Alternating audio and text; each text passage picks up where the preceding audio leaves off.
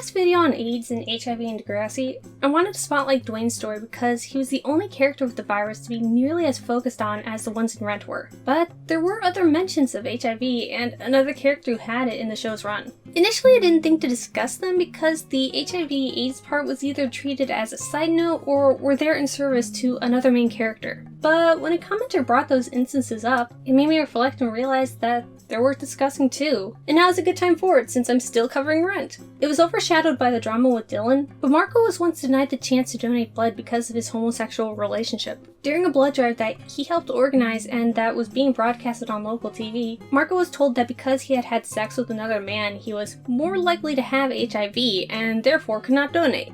On the surface, this seems to make sense as gay male sex is a common way to spread the virus, but as Marco points out, singling out gay men even if they've used protection is still treating HIV as the gay plague. The blood donated gets tested for transferable dangers like HIV and AIDS already, so why does it matter that you've ever had gay sex? Statistically more likely does not give ample justification to assume that any gay man has the virus. And unfortunately, this question is still asked today when you donate. Thinking back to when I've donated blood, I remember getting the exact same question that excluded Marco.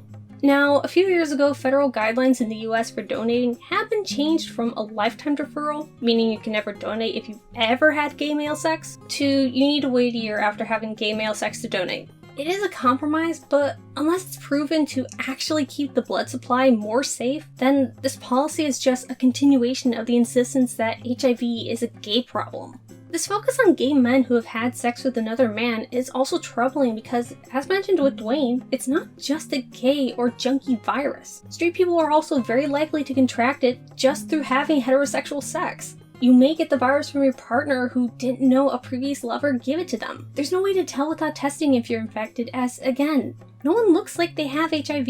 And that's why all donated blood is tested for it. So the question Degrassi brings up is, why is gay blood so dangerous to warrant such a focus when basically anyone could be infected, and all donated blood is tested for transferable dangers anyways? And on the subject of not knowing your partner is infected, the only other character in Degrassi history to be HIV positive was Griffin, Ellie, Marco, and Paige's college roommate, and at one time Paige's beau. Unlike Dwayne, Griffin was born with the virus and has always had to live with the bundle of fun that comes with it. But the focus in his case was less about the struggles of having HIV and more about how it affects your love life and being honest with your lover. Before he and Paige hooked up, only Griffin knew he was infected.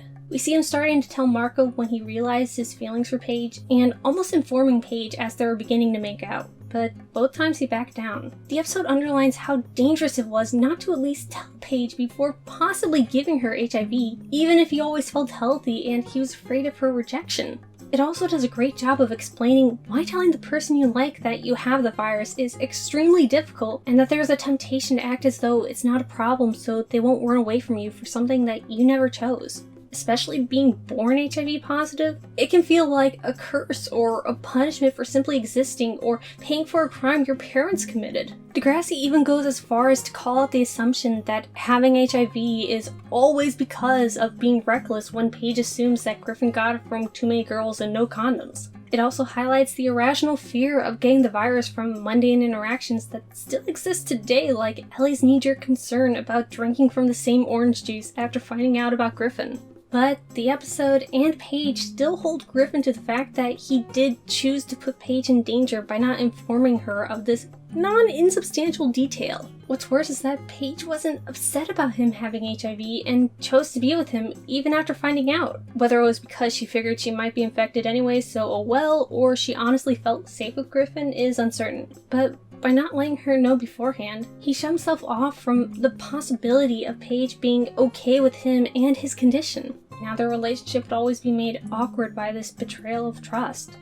As I said, since these cases weren't as in-depth as the exploration of HIV and Rent tried to be, I chose to discuss Dwayne as a counterpoint since I felt he fit the best. But they're still very important and deserving of note. There's still a lot of stigma around HIV and AIDS today. The irrational fears and spotlight on gay men didn't go away with the turn of the millennium. And something that I've realized in reviewing these episodes in Degrassi is that we just don't talk about it. Even after so much work has been done to recognize AIDS as a problem for everyone and to remove the taboo of admitting to being infected, we still don't talk about it much in the US. The history of the epidemic isn't covered in school. Depending on where you live, you might not even be informed about how it's transferred. You might not even know that's still a problem here. Growing up, I remember HIV being framed as an Africa issue in modern times, feeling that the crisis is over for us here in the States. But that's far from true. Massive strides have been made, but time and indifference is eroding the memory of those who've died, those who refuse to save them, and the push for safe and informed sex. Doesn't help that we in the US for some reason have a difficulty discussing sexuality and the importance of protection and consent with sex, especially to teens. The scars of the AIDS crisis fading is not enough reason to let history and the continued pandemic be forgotten. Thank you for consuming this video. If you like this, feel free to follow my Discord invite link. There you'll have access to my content stream where you can keep up with the things that I'm involved with. You can also talk to me in my NotAVampyre crypt, or you can catch me on Twitter at NotAVampyre. Thank you very much for consuming this video, and until next time.